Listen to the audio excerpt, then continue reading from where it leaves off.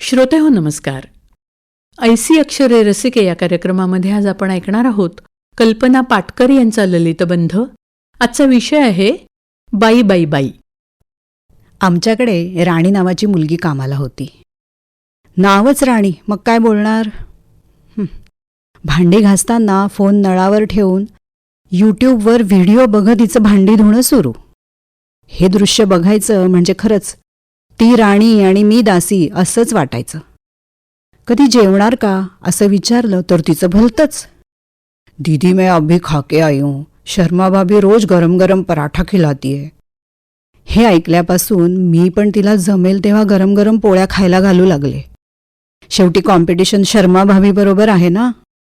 झाडू मारतानाही फोन स्पीकरवर ठेवून अखंड बडबड. तिचं व्हॉइस मॉड्युलेशन सॉलिड होतं. तिचा आवाज चढला की नकळत मीही वचकून राहायचे. एकदा मात्र हिम्मत करून तिला सांगितलंच की स्पीकरवर नको बोलत जाऊस. तर दुसऱ्या दिवशी चक्क कानात एअरपॉड्स घालून आली आणि ते मला दिसावे म्हणून सारखी सारखी नसलेल्या बटा कानामागे सारण्याची तिची ॲक्टिंग हेमा मालिनीला सुद्धा लाजवेल अशी होती. घर तर 5 मिनिटात पुसायची. तिला एकदा म्हटलं की कितना फास्ट काम करती हो, मुझे 1 घंटा लगता है.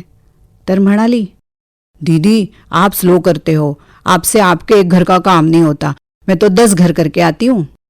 झालं, आता ह्यावर आमची बोलती बंद. एकदा असंच माझ्या मिस्टरांनी तिला भांड्यातला साबण दाखवला. त्यावर म्हणते, ये मैंने कब धोया भैया, दीदी भी तो बहुत बार बर्तन धोती है ना. हे ऐकलं आणि माझी तळपायाची आग मस्तकात गेली. चक्क माझ्यावर आरोप. मी जाम बोलून घेतलं तिला. त्यावर तिचा एकच वार, कल से नहीं आऊंगी. झालं, राणीच्या ह्या एका वाक्याने माझ्यातल्या झाशीच्या राणीने तलवार लगेच म्यान केली आणि पांढरं निशाण फडकावलं. कारण नवीन बाई कोण शोधणार आणि तिचेही वेगळे नखरे झेलावे लागणार. त्यापेक्षा मग राणीलाच पुन्हा पुन्हा सिंहासनावर बसवायचं. मी बऱ्याचदा मेकअपचं सामान, पर्स, माझे नवे कोरे ड्रेस असं सगळं तिला द्यायची. अर्थात आमचं आकारमान वाढलं की ठेवणीतले ड्रेस राणीला मिळायचे आणि ती कामाला येताना रोज वेगवेगळ्या रंगाची लिपस्टिक, आयशॅडो असा मस्त मेकअप करून यायची. आणि आपण मात्र घरातल्या अवतारात. कोण कोणाकडे कामाला आहे असा प्रश्न न पडता तरच नवल. कहर म्हणजे दांडी मारली की मेसेज करायची, लेडीज प्रॉब्लेम आहे. झालं, पुढचे निदान 3 दिवस मॅडम रजेवर. बाई बाई बाई, आता असा मेसेज महिन्यातून निदान 2-3 वेळा यायचा. सांगा काय बोलणार.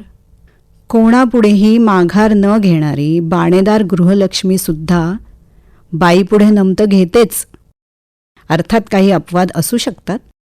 कोणी म्हणत असतील नाच ग घुमा, पण माझ्या बाबतीत मात्र वाक ग घुमा हेच सार्थ आहे. बाई बाई बाई. कल्पना पाटकर यांचा ललितबंध आत्ताच आपण ऐकला ऐसी अक्षरे रसिके या कार्यक्रमामध्ये. या कार्यक्रमाला निर्मिती सहाय्य केलं होतं रत्ना मगरे यांनी आणि सादरकर्त्या होत्या ज्योत्स्ना केतकर. आणि याचबरोबर आजचा कार्यक्रम संपला. पुन्हा भेटूया उद्याच्या भागात. नमस्कार.